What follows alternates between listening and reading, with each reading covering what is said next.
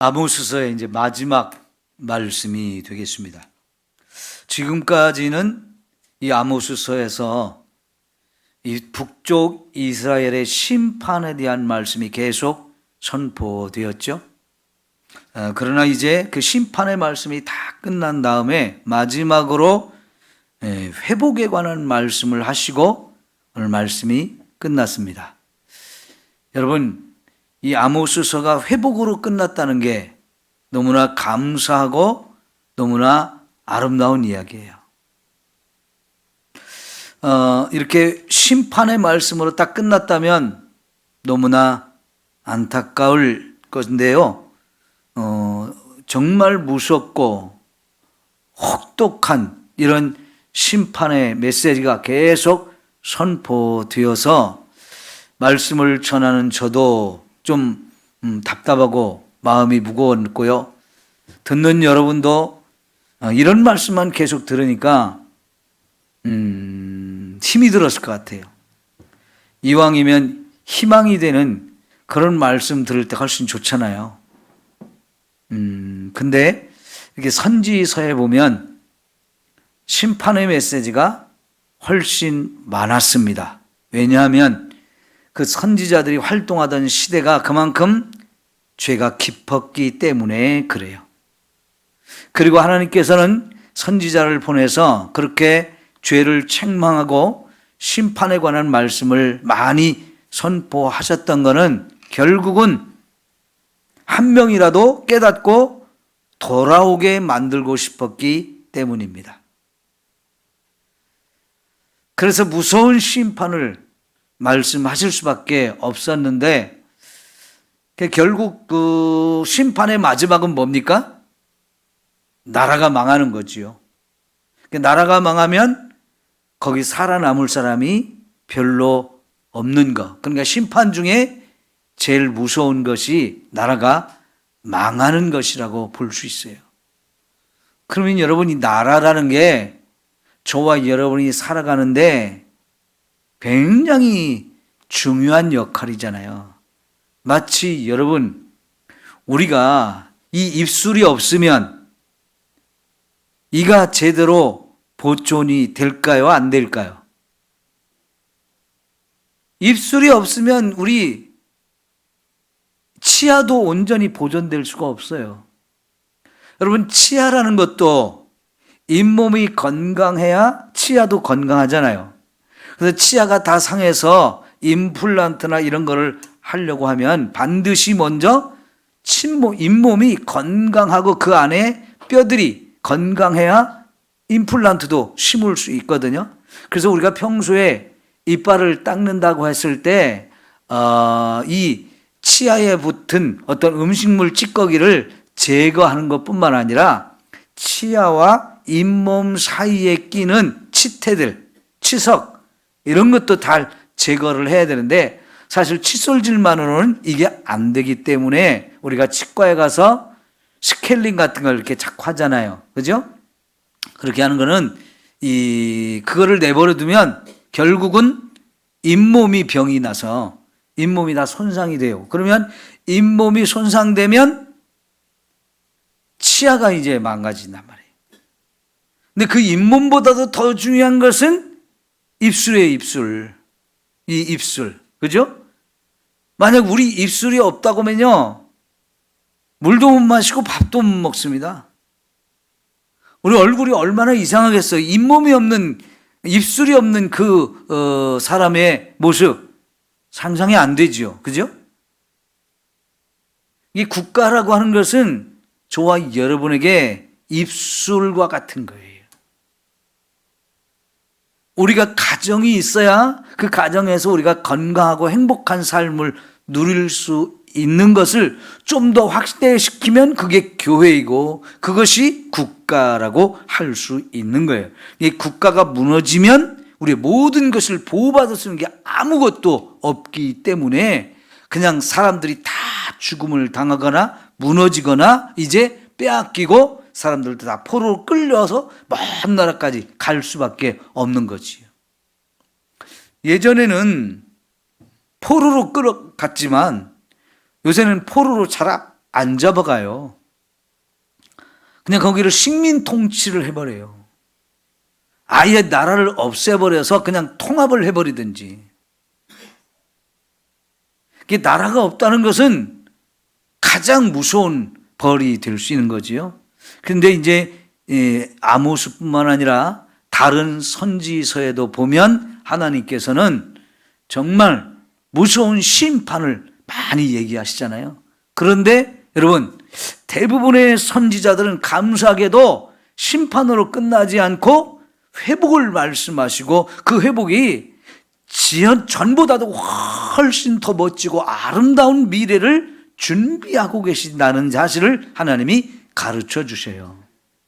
그러니까 여러분, 우리가 현재 참 힘들고 어렵고 막 절망스럽고 그런다고 해서 우리가 쉽게 삶을 포기하면 안 되는 거지.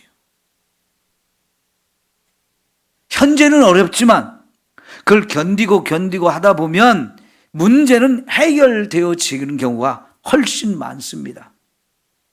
그리고 특별히 우리가 하나님을 믿는 사람들이라면 하나님이 우리에게 고난도 주실 수 있고 여러 가지 역경과 환난도 주실 수 있는데 그거는 잠시이고 하나님이 우리를 위해서 예비한 영광, 그 회복은 너무나 크고 너무나 영원한 거예요.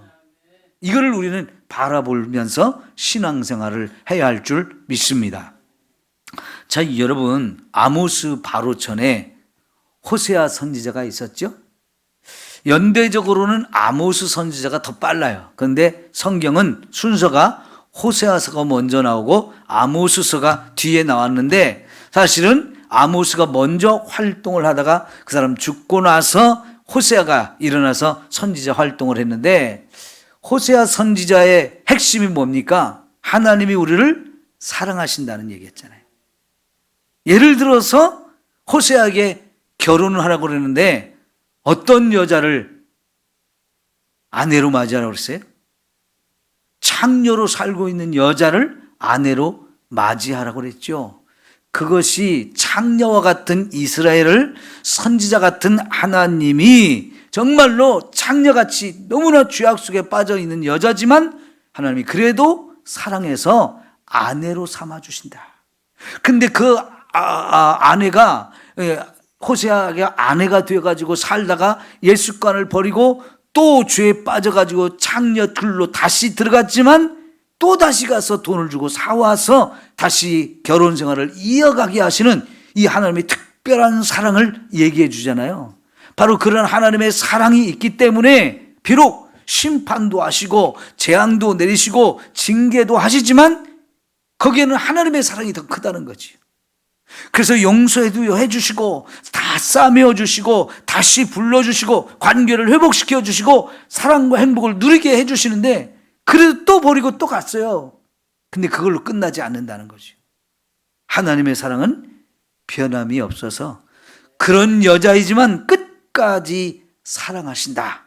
이게 호세아서의 주제잖아요. 근데 그 호세아서의 주제를 이렇게 말씀하시기 전에 아모스를 통해서 오늘 읽은 말씀을 통해서 하나님은 심판만 하시는 하나님이 아니고 희망을 주시는, 반드시 회복시키는, 이걸 약속하는 하나님인 것을 우리에게 보여주고 있어요. 자, 그러면 11절부터 우리 좀 구체적으로 살펴보겠는데요. 그날에 내가 다윗의 무너진 장막을 일으키고 그것들의 틈을 막으며 그 허물어진 것을 일으켜서 옛적과 같이 세우고 그랬습니다. 그날이라고 여기 말씀하셨는데 그날은 우리가 여러 번 보았던 건데 여호와의 날이에요. 여호와의 날.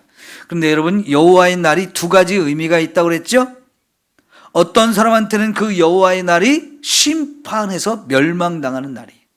그런데 어떤 사람에게는 이 여호와의 날이 구원과 축복의 날이 되어진다라고 말씀하셨는데 여기서 말하는 그날은 이 앞에서 이 아모스 선지자에도 여호수아의 날에 대한 이야기를 했는데요. 이 여호와의 날이 앞에서는 심판의 날이었어요. 그런데 이 마지막에 여기 그날이라고 했을 때 이 의미는 구원과 회복과 축복의 의미로 사용되어지고 있는 거예요. 여호와의 날은 여호와의 날인데 이 날이 구원의 날이고 회복과 축복의 날의 의미로 사용됩니다. 그래서 그날에 내가 다윗의 무너진 장막을 일으키고 그랬어요. 여러분, 이 장막이라는 말과 회막이라는 말이 성경에서도 각각 다른 말로 사용되어지는데 원어로도 보면 이게 각각 다른 말이에요.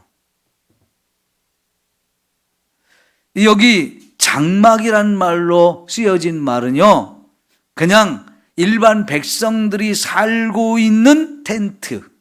그러니까 광야 시대에 이스라엘 백성들이 집을 짓지 않고 광야에서 텐트를 짓고 계속 이동하면서 살았잖아요. 그 장막을 말합니다.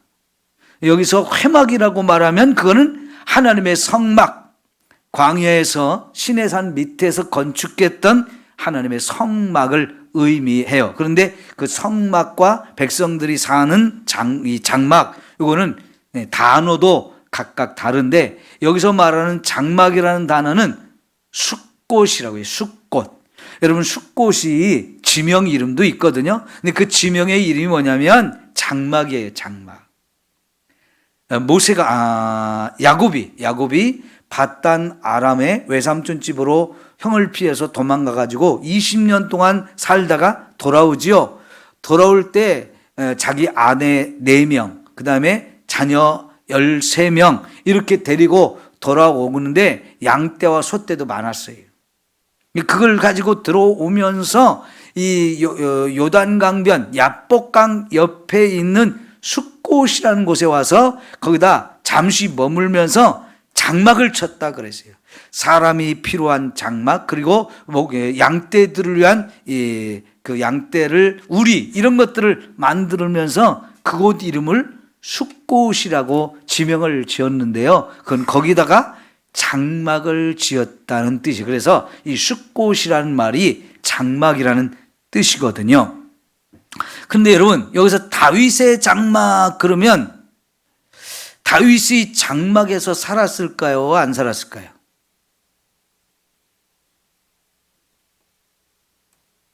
아마 다윗은 장막에서 약간은 살았을 수도 있어요.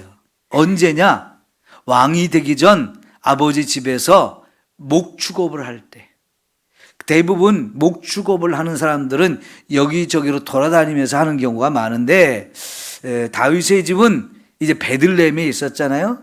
거기서 집은 베들레헴에 있고요. 그 자녀들 중에 목축업을 따로 하는 자녀를 두어 가지고 그들이 양떼를 끌고 다니면서 목축업을 전문적으로 하게 하는데 이런 경우에 그냥 집 옆에다가 아니면 들에다가 양의 우리를 짓고 매일 아침에 그 양떼를 끌고 다니면서 주변에서 목축업을 하는 경우도 있지만 이곳저곳으로 좀 먼 데까지 다니면서 목축업을 할 수도 있어요. 그렇다면 다윗이 이 목축업을 전문적으로 할 때 양떼를 끌고 다니면서 여기저기 다니면서 텐트를 치고 살았을 가능성이 있기는 있어요. 그런데 베들레헴에 이렇게 가면 지금도요, 그 양치기들이 머물던 동굴이 있습니다. 그러니까 이스라엘 땅에는 이런 동굴이 참 여기저기 곳곳에 많이 있어요. 석회암지대이기 때문에 큰 동굴도 있고 작은 동굴도 굉장히 많은데요. 베들레헴 그 시내 바로 옆에 성 안쪽인데요. 그 안쪽에 보면 동굴들이 있어요.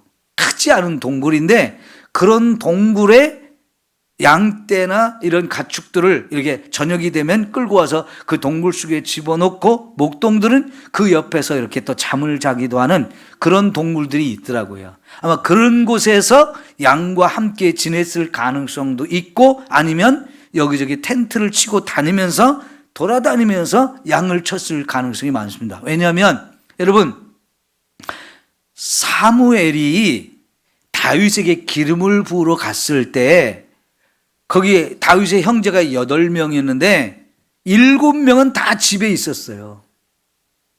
그래가지고 사무엘이 봤을 때 첫째 아들 봤을 때부터 이놈 잘생겼는데 너무 준수해가지고 이 사람이 하나님이 선택한 아들인가 보다 기름을 부으려고 했더니 하나님이 아니야, 그 사람 아니야, 그 둘째 오라고 그랬어요. 근데 둘째도 막 잘생긴 거예요.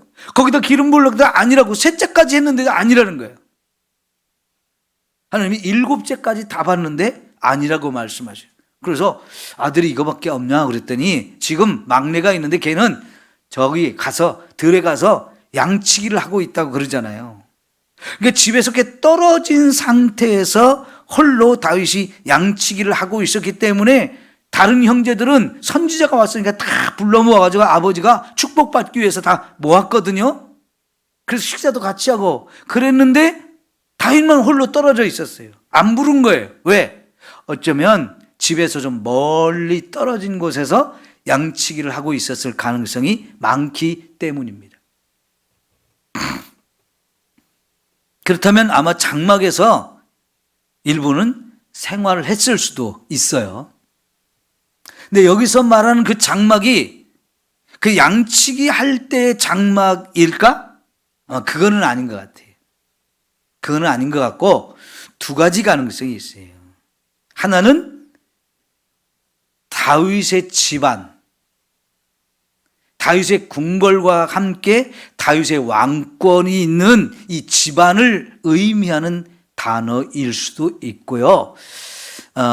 이것을 현대 와서 해석하는 사람들은 이 다윗의 장막을 뭐라고 해석을 하냐면 예루살렘에 다윗이 솔로몬이 성전을 짓기 전에 예루살렘으로 이제 다윗이 수도를 옮겨서 거기다 왕궁을 지으면서 그 왕궁 옆에 하나님을 예배하기 위해서 법궤를 옮겨오면서 성막을 하나 조그맣게 지었어요.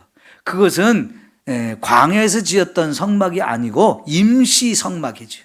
그걸 장막이라고 이렇게 표현을 하기도 하거든요. 그걸 의미할 수도 있습니다. 이게 두 가지 가능성이 다 있는 거예요.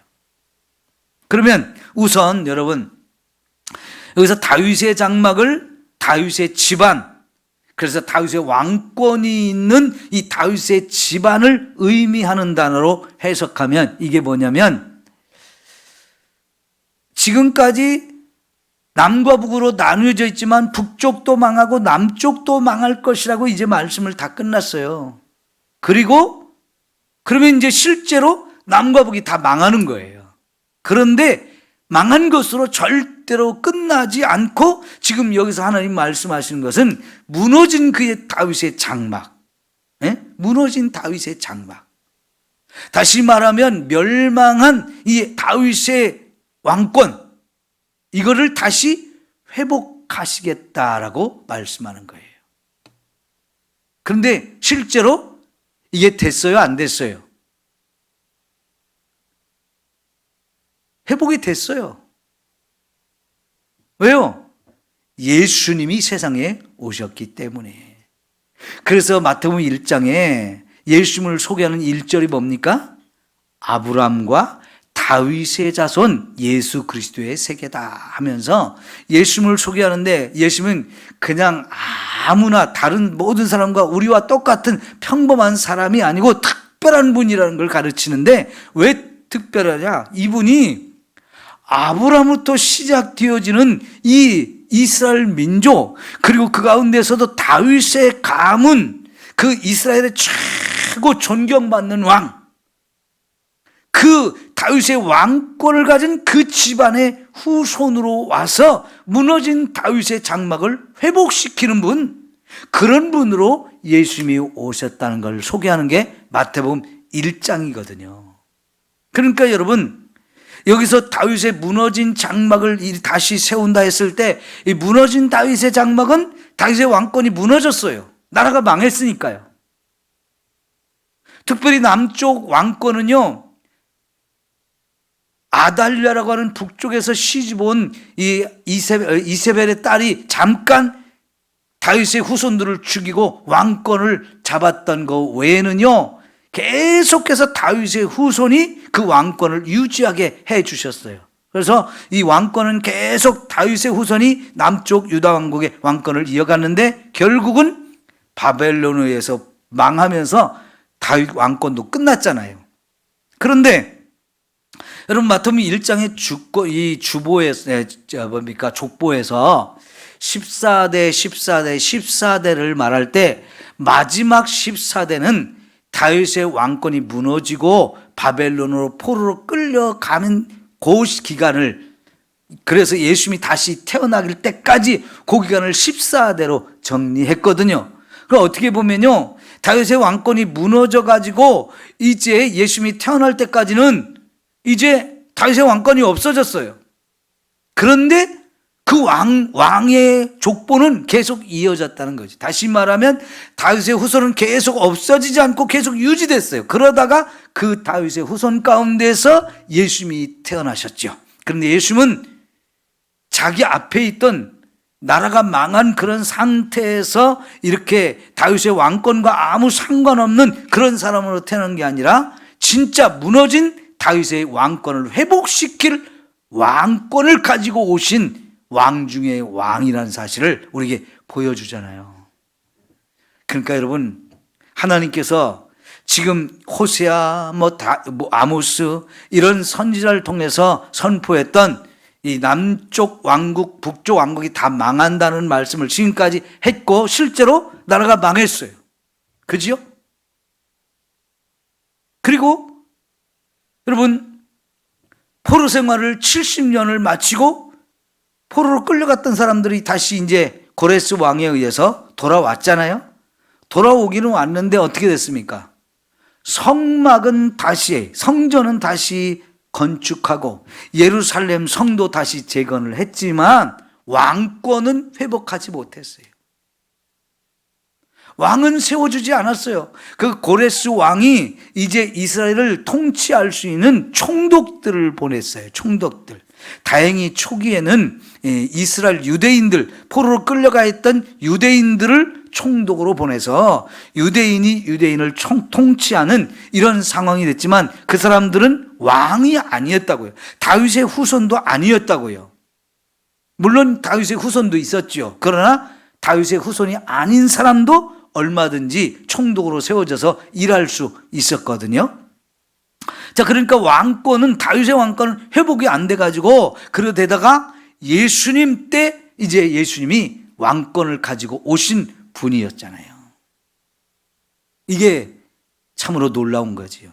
그러니까 여기서 무너진 다윗의 장막을 다시 회복시킨다는 말씀을 했을 때에 이 무너진 다윗의 장막은 바로 다윗의 왕권을 말하는 것이고, 그걸 회복하시는 때가 언제냐? 예수님이 오셨던 첫 번째 초림. 그런데 그 첫 번째 초림으로 하나님이 약속했던 이 영원한 하나님 나라 왕권이 완전히 완성된 게 아니에요. 시작은 했지만 완성은 안 됐고요. 그 완성은 언제 되느냐? 예수님이 재림하실 때 완성이 되어집니다. 그러니까 여기 무너진 다윗의 장막을 회복시킨다는 것은 예수님의 초림과 재림을 다 약속하고 있는 의미로 우리가 첫 번째 해석을 할 수 있는 거예요. 자, 그런데 여기서 두 번째 해석이 또 이제 필요한 건데요. 사도행전 15장을 좀 우리 함께 봤으면 좋겠습니다. 사도행전 15장입니다.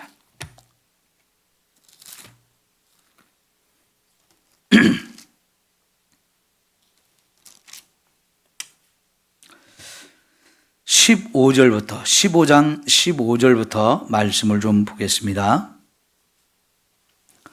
사도행전 15장 15절부터. 이 사도행전 15장은 예루살렘에 처음으로 교회 회의가 있었던 장이에요. 사도 바울이 선교 여행을 다니면서 이방 지역에 복음을 전해가지고 이방인들이 예수님을 믿고 돌아오면서 여기저기 각지에 교회들이 세워졌잖아요. 그리고 이제 그가 돌아와서 선교 보고를 해가지고 안디옥 교회에서 막 이렇게 기쁨을 누리고 있는데, 예루살렘에서 유대인들이 일부가 내려와가지고 뭐라고 했느냐면 15장 1절에 보니까 너희가 모세의 법대로 할례를 받지 아니하면 능히 구원을 받지 못하리라 하면서 할례를 받아야 구원을 받는다고 그렇게 가르친 거예요. 교회에 와서, 안디옥 교회 와서. 이 말은 뭐냐면요, 이방인들이라도 유대인이 되어야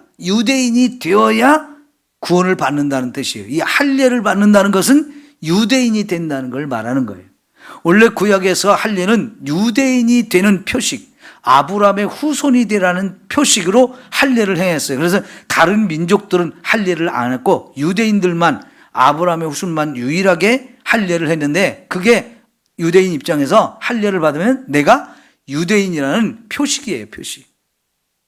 그 전통이 지금 이 시대까지 이어져 왔는데, 그러니까 안디옥이라는 유대인이 아닌 이방인들이 주로 모여있는 교회 가서 너희도 구원을 받으려면 할례를 받아야 돼. 다시 말하면 그냥 이방인으로 그냥 있으면 안 되고 반드시 유대인이 되어야 할례를 받으면 이제 구원을 받는다라고 말한 겁니다. 그러면 할례를 받고 유대인이 된다는 얘기는요, 율법을 잘 지켜야만 구원을 받는다는 의미가 되어져요. 그런데 여러분, 예수님을 통해서 새롭게 전해지는 복음은 뭐였습니까? 율법을 행해가지고 착한 일을 많이 해가지고 우리가 그 공로로 행함으로 구원을 받는 게 아니고, 구원을 어떻게 받아요? 예수님을 믿음으로 받는 거라고 그랬어요. 예수님을 믿음으로 받는다는 얘기는요, 율법을 내가 못 지켜서 죄인이지만 예수님을 믿음으로, 예수님을 통해서 죄를 씻음받고 그래서 의인으로 인정받아서 우리가 구원받는다는 뜻이거든요. 복음은 그거예요. 율법을 지켜가지고 우리가 의롭다 인정받는 게 아니고, 나는 율법을 지킬 수 없는 죄인인 것을 깨달아서 그걸 고백하면서 나는 못하니까 예수님의 의 공로로, 예수님이 십자가에 죽인 그 사건을 통해서 그 의로움으로 내 죄를 씻어주시고 예수님이 나를 의롭다 인정해 주심으로 하나님이 나를 구원해 주시는 이 믿음의 구원, 이거를 가르쳤잖아요. 그러니까 지금 안디옥 교회에서 바울이 가르쳤던 믿음으로 구원받는다는 것과 율법을 지키고 할례를 받고 유대인이 되어야만 구원을 받는다는 이 두 가지가 충돌이 일어난 거예요.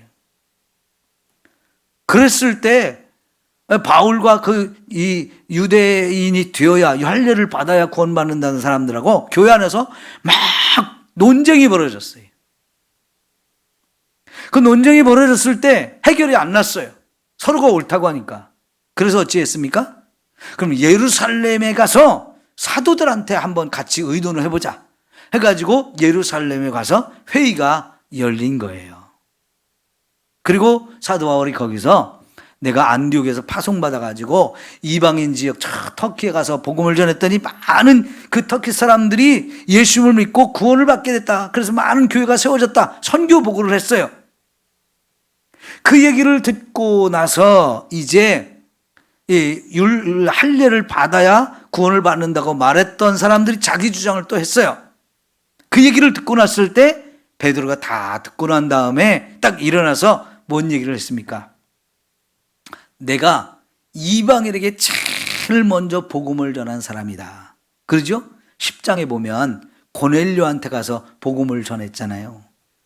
바울도 하나님이 고넬료의 집에 가서 복음을 전하라고 보낼 때 자기는 이방인을 한 번도 만나본 적도 없고 피했다는 거예요. 그들의 집에도 가지도 않고 음식도 같이 안 먹었는데 왜 나를 이방인한테 보냅니까? 그랬을 때 하나님은 이방인들에게 복음을 전하는 것, 그들을 만나서 복음을 전하고 그들을 구원하는 것이 하나님의 뜻이라는 걸 가르쳐줘 가지고 베드로가 그 집에 가서 복음을 전했을 때 이방인들도 베드로가 전하는 복음을 듣고 구원을 받았잖아요. 성령도 받고 막 그들도 세례를 받고 예수님을 믿고 이렇게 놀라운 일이 벌어졌어요. 그러니까 이방인에게 제일 먼저 복음을 전한 사람이 바울이에요. 베드로예요. 그러니까 베드로는 이방인에게 복음을 전해서 예수를 믿어서 그들도 구원받은 것을 제일 먼저 경험한 사람이고 계속 그 일을 했어요. 근데 바울이 그 일을 해가지고 더 먼 곳에 가서 복음을 전하고 예수를 믿게 하고 교회가 세워졌단 말이죠. 그러니까요, 이거는 나나 바울이나 하나님의 성령의 인도하심을 받아서 한 것이고 이거는 전적으로 하나님이 기뻐하시는 일이다. 근데 그들이 어떻게 구원받았느냐? 예수님을 믿음으로 구원을 받았지, 그들이 할례를 받아가지고 구원받은 게 아니고, 그들이 율법을 다 완벽하게 지켜서 구원받은 게 아니고, 그들이 유대인으로 개종을 해서 이게 구원받은 게 아니라는 거예요. 그러자 이제 그 말 다 듣고 나서 야고보는 사도가 아니고요. 그 야고보 사도는 죽었어요. 순교를 했어요. 첫 번째 순교자잖아요. 이 야고보는 누굴까요? 예수님의 동생이에요. 예수님 동생. 예수님의 동생 야고보가 그때는 사도들과 함께 교회의 중심 지도자가 되었어요. 예수님의 동생, 육신의 동생 야고보가 있었잖아요. 근데 그도 예수님이 구원자, 우리를 구원하러 오신 분이라는 것을 이제 깨닫고 예수님을 자기의 구주로 영접하였고 열심히 신앙생활을 해서 초대교회에서 최고 지도자가 됐어요, 교회에. 그리고 그가 한 말이 오늘 우리가 읽었던 아모스 9장의 11절의 말씀을 읽어주면서 하는 얘기입니다. 자, 그래서 15절 볼까요? 선지자들의 말씀이 이와 일치하도다. 기록된 바 이후에, 아까 여기 아모스는 그날이라고 그랬죠? 이후에라는 그날에 내가 돌아와서 다윗의 무너진 장막을 다시 지으며 그랬잖아요. 이 말씀을 인용합니다. 또 그 허물어진 것을 다시 지어 일으키리니 이는 그 남은 사람들과 내 이름으로 일컬음을 받는 모든 이방인들로 주를 찾게 하려 함이라 하셨으니 그랬어요. 자, 근데요, 여기를 그냥 손바닥으로 이게 표시해 놓고 다시 아모스 9장으로 넘어가서 좀 비교를 해볼 필요가 있어요. 아모스 9장 11절을 다시 볼게요. 그날에 내가 다윗의 무너진 장막을 일으키고 그것들의 틈을 막으며 그 허물어진 것을 일으켜 그 옛적과 같이 세우고 그 다음 그들이 에돔의 남은 자와 내 이름을 일컫는 만국을 기업으로 얻게 하리라 그랬어요. 여기 에돔의 남은 자와 내 이름으로 일컫는 만국을 기업으로 얻으리라, 이렇게 에돔의 남은 족속, 그리고 예수님의 내 이름으로, 하나님의 이름으로 일컫는 만국이라고 표현했는데 이걸 딱 줄여가지고 야고보는 예수님의 이름으로 말미암는 이방인이라고 그랬어요. 예수님의 이름으로 일컬음 받는 모든 이방인들로 주를 찾게 하기 위한 것이다. 그러니까요, 이제 누가 됐든 이방인들 가운데 예수님의 이름을 부르는 사람, 예수님을 찾는 사람들을 하나님이 하나님의 기업으로 삼아주신다는 의미로 이 구절을 해석하는 거예요. 여러분, 놀랍죠?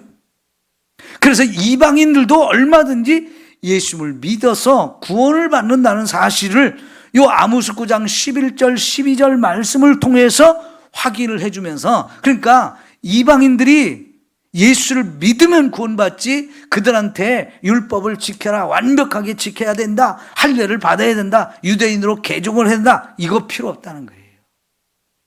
요거를 야고보, 예수님의 동생 야고보가 확인시켜 주니까 회의 끝, 결론이 났어요. 모두가 인정을 했어요. 맞아. 이거 하나님이 그렇게 미리 말씀해 주신 거구나. 이 아모스 9장의 말씀을 통해서 그들이 맞구나, 그렇게 맞구나 하고 다 인정을 했어요. 그래서 바울 일행이 안디옥 교회로 다시 돌아가서 예루살렘 교회에서 사도들과 함께 회의를 해가지고 결정한 상황을 다시 가서 가르쳐주고, 그래서 더더욱 신나가지고 더 먼 곳까지 다니면서 이제 2차, 3차 선교여행을 할 수 있었던 거지요. 여기서 결론이 뭡니까? 다윗의 무너진 장막을 다시 세운다는 것은 예수님을 통해서 이방인들을 구원하겠다는 의미가 되어지는 거예요. 예수님을 통해서 이제 유대인만이 아니고 이제 다윗의 무너진 장막을 다시 하나님이 회복시키면서 거기서 더 넘어서 여러분 이방인들도 예수님을 믿어가지고 이 하나님의 백성이 되게 한다는 거, 하나님 나라의 백성이 되게 한다는 거, 이거를 의미하는 거라고 여기서 해석을 해주는 거지요. 여러분, 유대인들이요, 수많은 왕이 있었지만 다윗을 최고의 왕으로 인정하잖아요. 다윗을 최고의 왕으로. 하나님도 그랬어요. 내 마음에 합한 자다. 내가 그를 통해서 내가 원하는 내 뜻을 다 그를 통해서 이룰 것이다 했잖아요. 그만큼 다윗은 정말 하나님의 뜻에 합당한 왕으로 세워졌고, 왕으로 통치하는 40년 동안 정말 하나님 뜻만 따라서 나라를 다스리려고 얼마나 애를 썼습니까? 그래서 유대인들이 생각할 때 다윗은 최고의 왕이, 왕 중의 왕인 거예요.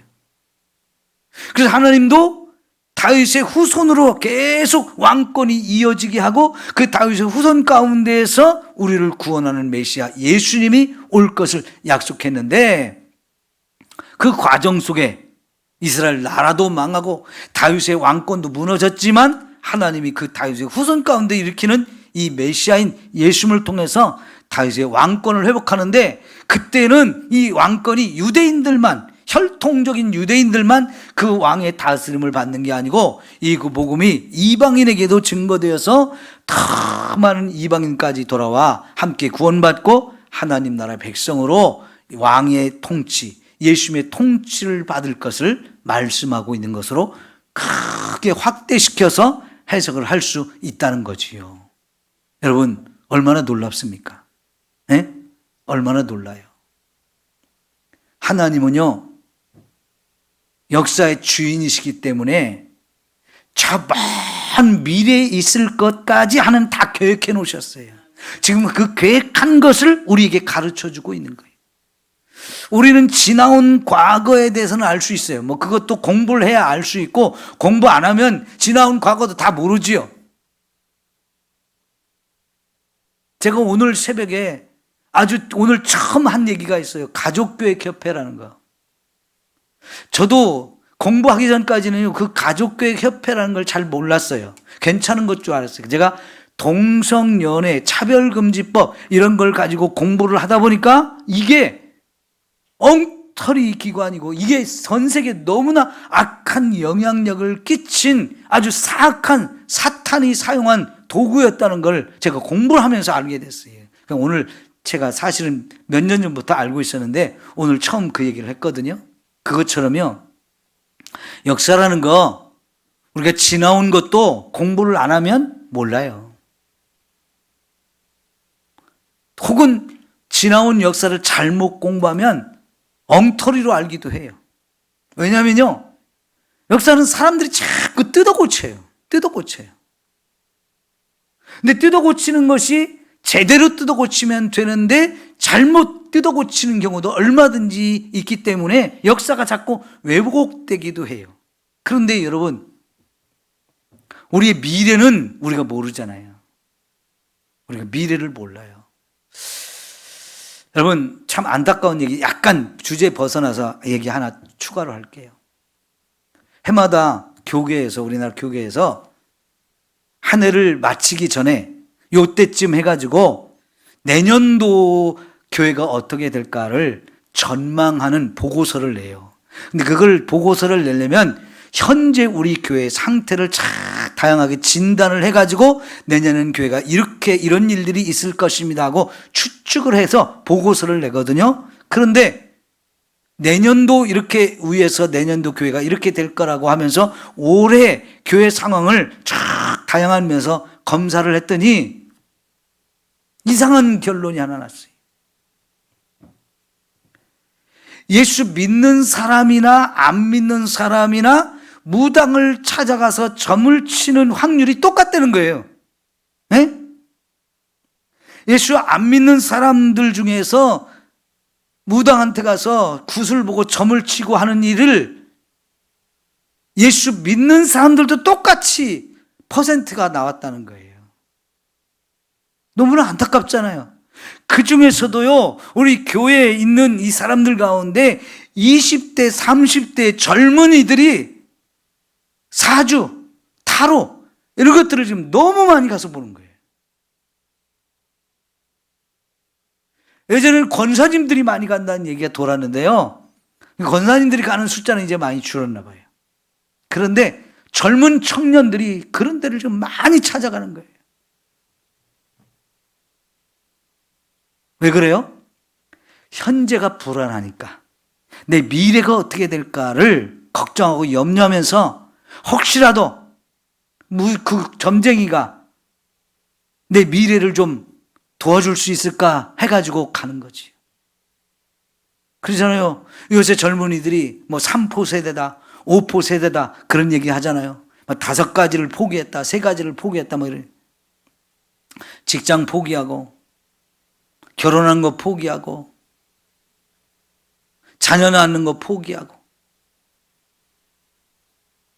이러면서 인생을 포기하는 사람들이 생기는 거예요. 그럼 얼마나 불안하겠어요. 두렵고 인생에 재미도 없고. 그러니까 교회를 다녀도 예수 그리스도가 우리의 희망이고 복음이 우리에게 생명이라는 걸 잘 가르침을 받지 못해서 그런지 우리 아이들이 참 교회를 다니면서도 세상을 의지하고 그런 점쟁이들한테 찾아가서 자신의 지금 미래를 자꾸 조언을 구하는 거지. 불안하고 힘들고 어려우니까. 여러분, 교회가 우리 자녀들 믿음으로 막 잘 세워주고 그들에게 예수님이 진짜 우리의 희망이라는 것, 우리의 생명이라는 것, 그분이 우리를 너무나 사랑하고 우리를 위해서 어마어마한 계획을 갖고 있다는 사실을 자꾸 가르쳐주고 그 믿음 안에서 살게 해주는 것이 그들의 미래에 대해서 불안하지 않고 지금은 어려워도 참고 견디면서 희망을 가지고 살게 해주는 너무나 귀한 거잖아요. 여러분, 우리의 미래 우린 잘 몰라요. 알 수도 없어요. 하나님이 알 수 없게 만드셨어요. 그러나 하나님이요, 이렇게 말씀을 통해서 저와 여러분의 미래에 대해서 멋진 계획을 갖고 있다는 걸 보여주잖아요. 그리고 그 하나님이 세운 계획이 지나온 과거 속에서도 엄청나게 지금 다 성취되어 왔고 이제 예수님이 재림만 남아 있잖아요. 그러니까 하나님이 이미 성경을 통해서 우리에게 약속하고 있는 정말 많은 미래에 대한 계획들, 그것이 오래전에 말씀하셨기 때문에 그동안 약속한 것이 너무나 많이 성취가 되었고 우리도 말씀을 통해서 하나님이 예전에 약속했는데 그게 지나온 과거 속에 엄청난 것이 다 이루어졌다는 걸 다 확인했잖아요. 그러기에 이제 마지막 날은 예수님의 재림, 그리고 그 재림의 날에 이루어질 무서운 심판과 더불어 영원한 구원과 영원한 축복의 미래가 우리를 준비되어 있다는 걸 지금 보여주고 가르쳐 주잖아요. 얼마나 감사합니까? 그러니까 여러분, 우리는 말씀으로 돌아가고 하나님께 돌아갈 때 우리의 희망이 있어요. 이게 너무나 감사한 거지요.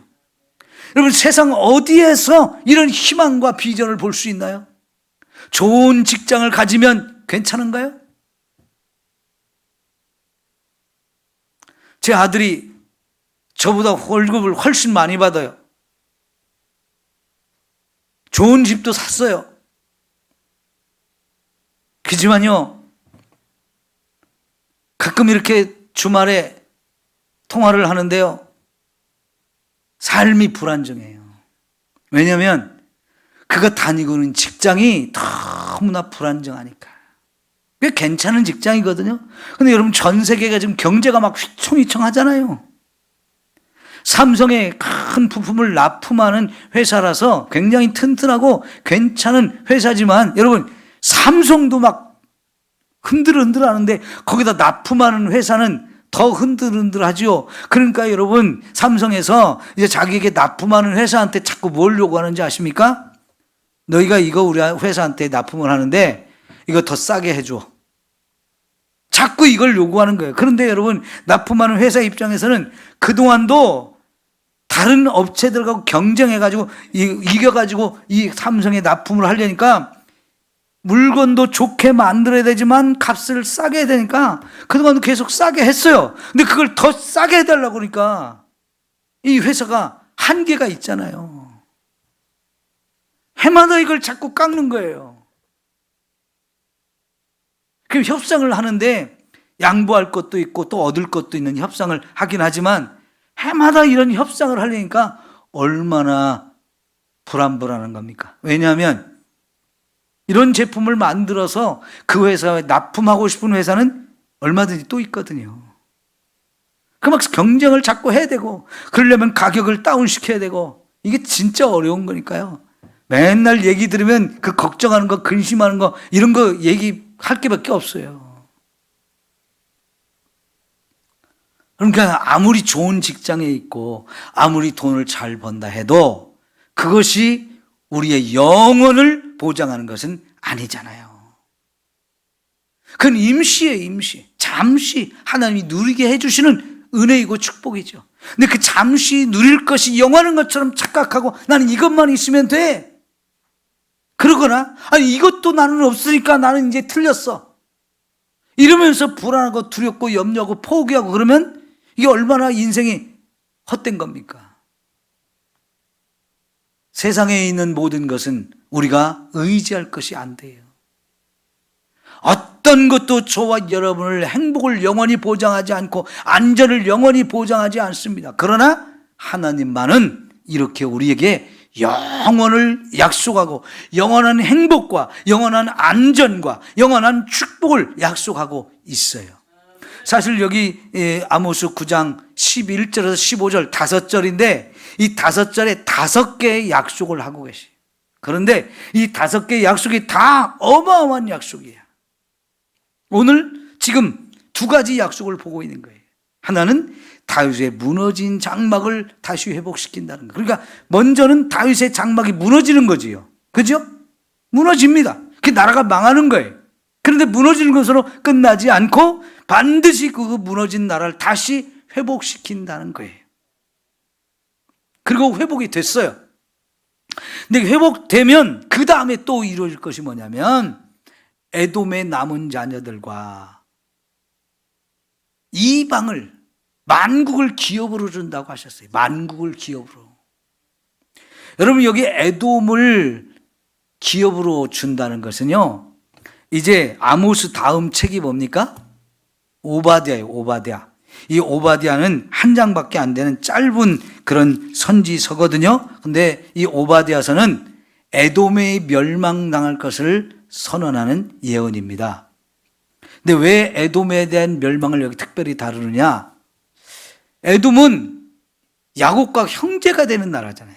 그러니까 유대인들의 입장에서 보면 혈통적으로 제일 가까운 다른 나라예요. 나라는 다르지만 그 나라가 다르지만 그 가운데서도 수많은 이방인 가운데서 유대인과 제일 가까운 혈통에 가까운 형제국가예요. 형제국가. 여러분 터키에 여행 가거나 터키 사람들을 만나면 제일 그 사람들이 한국 사람이라고 하면 진짜 좋아하는데 뭐라고 하면 너희하고 우리는 형제국가라고 하면서 막 좋아해요. 그 형제국가라는 게 2가지 의미가 있는데 터키인들이 지금 유럽 옆에서 사는 가까운 나라지만 원래는 중앙아시아에 있던 돌궐족이 그쪽으로 이민을 자꾸 이주를 해가지고 세운 나라거든요. 돌궐족은 우리나라하고 혈통적으로 굉장히 가까운 그런 민족이에요. 그러다 보니까 그런 면에서 너희하고 우리는 같은 민족이다. 이런 형제국가라는 말도 하고요. 2번째는 6.25 때 거기서 우리나라 참전을 했어요. 우리나라 도와주기 위해서. 그래서 우리나라 구원하는 일에 같이 생명을 걸고 많은 사람들이 싸웠거든요. 그래가지고 우리 형제국가는 2가지 의미를 굉장히 가까워하고 좋아해요. 근데 여러분 형제국가는 그런 의미가 있어요. 근데 이스라엘과 에돔 이 2 나라가 그렇게 가까운 나라인데 그런데 안타깝게도요. 그 가까운 형제국가가 이스라엘을 제일 많이 괴롭혔어요. 가까이 있는 사람하고 싸움이 자꾸 일어나잖아요. 멀리 있는 사람하고 싸움이 안 일어나는데 가까이 있는 사람하고 잘못되면 이게 싸움이 많잖아요. 그것처럼 제일 가까운 나라이고 형제국가이고 바로 옆에 있는 나라인데 이 에돔이 이스라엘을 제일 많이 괴롭혔거든요. 그런데 하나님이요.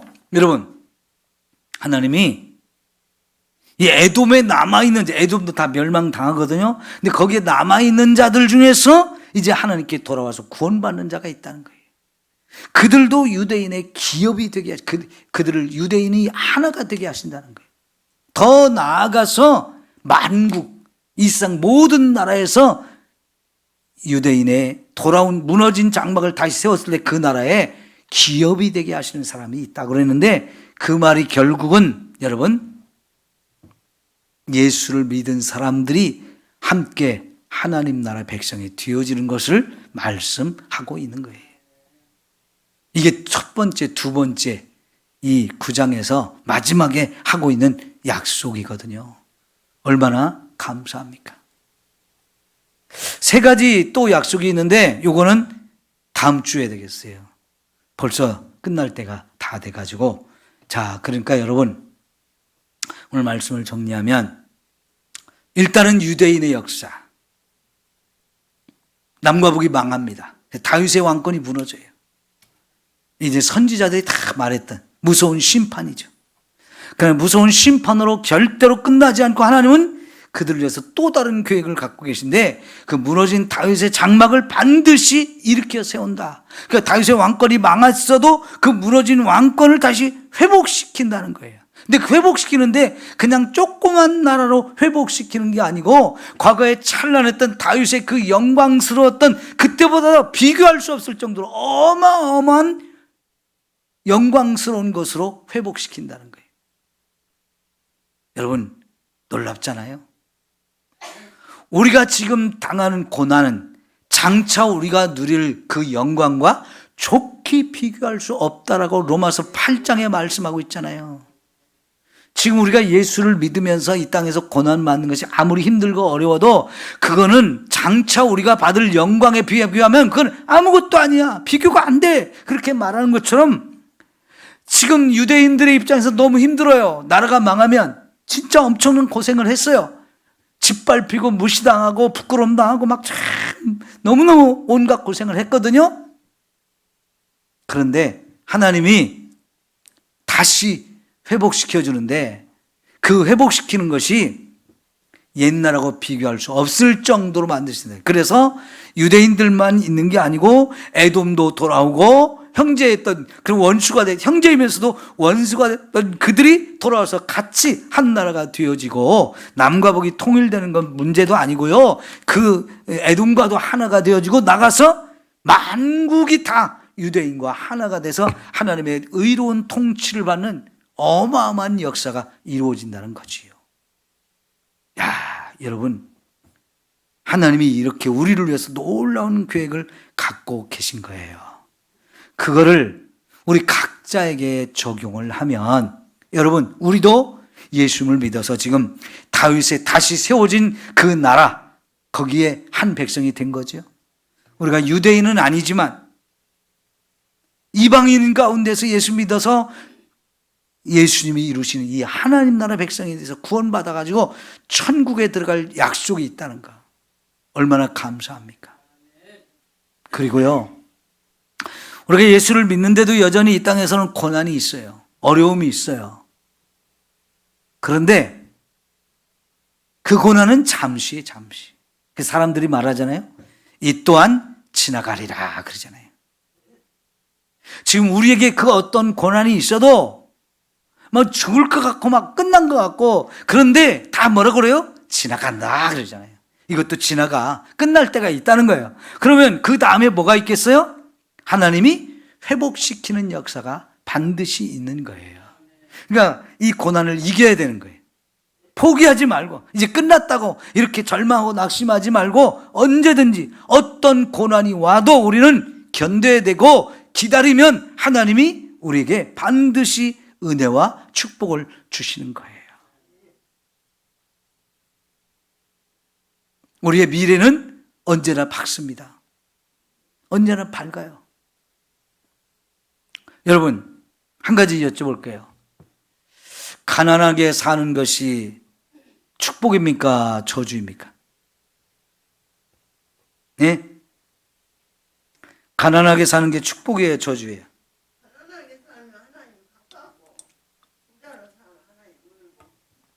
그 얘기는 가난한 것이 저주는 아니다, 축복이다.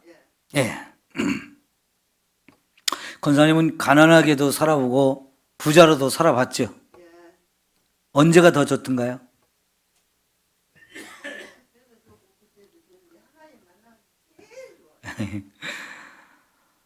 부자로 살면 더 좋지요. 가난하게 살면 힘들고요. 그러나 가난한 것이 저주냐 하고 물어보면 저주일 수도 있고 어떤 사람한테는 그게 저주이고 어떤 사람은 축복이에요. 이게 가난이냐 부자냐 이거를 꼭 축복이냐 저주 두 가지로 막 딱 잘라서 생각하지 마시고요. 가난해도 그게 저주일 수도 있고 축복일 수도 있고 부자가 되어도 그것이 저주일 수도 있고 축복일 수도 있어요. 권사님 말씀하신 대로 가난하면 우리가 하나님을 더 찾게 돼요. 그러면 그 사람한테는 축복이에요. 근데 정말로 죄를 많이 져가지고 하나님이 물질을 안 주셔서 가난하게 했다면 그건 저주죠. 그 사람은 빨리 회개하고 하나님 말씀대로 살면서 축복으로 바뀌어줘야 돼요. 근데 부자가 된다고 다 복받은 건 아니죠. 정말 하나님이 축복하셔서 부자가 된 사람은 축복이에요. 근데 그런 축복을 받아놓고도 이제 저주로 바뀌어지는 사람이 있어요. 하나님 뜻과 상관없이 살면 그렇게 돼요. 오히려 그것 때문에 교만해지고 그것 때문에 더 죄를 짓고 그것 때문에 더 방탕해지면 그거는 물질에 축복을 주셨는데 그게 축복으로 되지 않고 저주가 되어지는 거예요. 이게 무서운 거지요. 그러니까 부자냐 가난하냐 이걸 가지고 축복이나 저주냐 딱 나눠보지 말고요. 가난 속에도 저주가 있고 축복이 있고 축복 속에도 부유함 속에서도 저주가 있고 축복이 있어요. 그래서요 우리는 가난하든지 부자가 되든지 항상 축복이 되는 삶을 살아야 돼요. 그래야 그것이 복이 돼요. 여러분 이제 세 가지가 더 남아있다고 하는데 그건 축복에 관한 문제예요. 축복. 여러분 저와 여러분은 언제나 어디서나 복을 누리며 살기를 축원합니다. 하나님께서는요 저와 여러분에서 많은 복을 예비하고 계세요. 그걸 우리가 구체적으로 깨닫고 구체적으로 받아 누리는 삶이 되어야 합니다. 근데 그걸 좀 못 누릴 수도 있어요. 하나님이 저와 여러분을 연단시키기 위해서 또 어떤 사명 때문에 못 누릴 수도 있지만 그런 사람은요 그 못 누리는 거에 대해서 전혀 재의치 않아요. 나 이것 때문에 억울하다고 나 이것 때문에 힘들다고 그러지 않아요. 오히려 그런 거 아무 문제가 되지 않고 더 감사하게 더 힘있게 하나님만 의지하면서 사명을 잘 감당하고 믿음으로 든든하게 서고 멋지게 사는 사람들 많아요. 여러분 정말 우리는 하나님의 축복을 좀 다양하게 누릴 수 있어야 돼요. 가난 속에서도 축복을 누린다니까요. 네? 고난 속에서도 더 큰 축복을 누린다니까요. 그게 진짜 복이죠. 그래요 안 그래요? 남들이 보기에는 대단히 부유하고 그래서 막 부러워하고 그러는데 거기에 축복이 없는 사람이 있어요. 그걸 누리지 못하는 사람, 그것 때문에 더 괴롭고 그것 때문에 더 잠 못 자고 그것 때문에 밤낮 잃고 그런 사람들이 얼마나 많아요. 우리는 그렇게 살면 안 되지. 하나님은 우리를 구원하는 것으로 끝나지 않습니다. 구원하신 다음에는 또 많은 복을 주시고 그 복을 누리게 하시는데 거기까지 우리가 나아가기를 소망합니다. 기도합시다.